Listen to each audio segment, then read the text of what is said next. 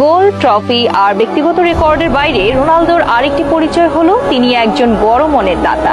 নিজের অর্জনকে শুধু ব্যক্তিগত সাফল্যের স্মারক হিসেবে রেখে দেননি, বরং বহুবার তা উৎসর্গ করেছেন অসহায় মানুষদের জন্য। 2016 সালে রিয়াল মাদ্রিদের হয়ে চ্যাম্পিয়ন্স লিগ জয় এবং পর্তুগালের হয়ে ইউরো কাপ জয়ের পর পাওয়া পুরো বোনাস সহই দান করে দেন শিশুদের সহায়তার কাজ প্রতিষ্ঠানে। একই বছর উয়েফার বর্ষসেরা দলে জায়গা পাওয়ার পুরস্কারের অর্থ মানবিক কাজে ব্যয় করেন তিনি।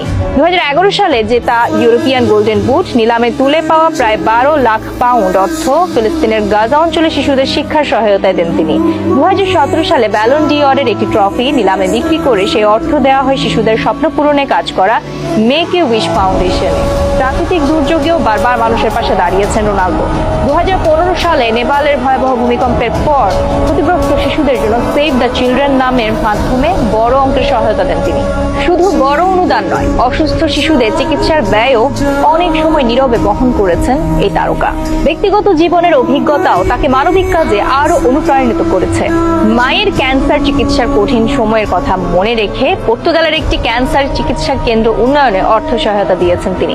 এছাড়া নিয়মিত রক্তদান এবং বোন ম্যারো দানের মাধ্যমেও মানুষের জীবন বাঁচাতে ভূমিকা রাখছেন রোনালদো।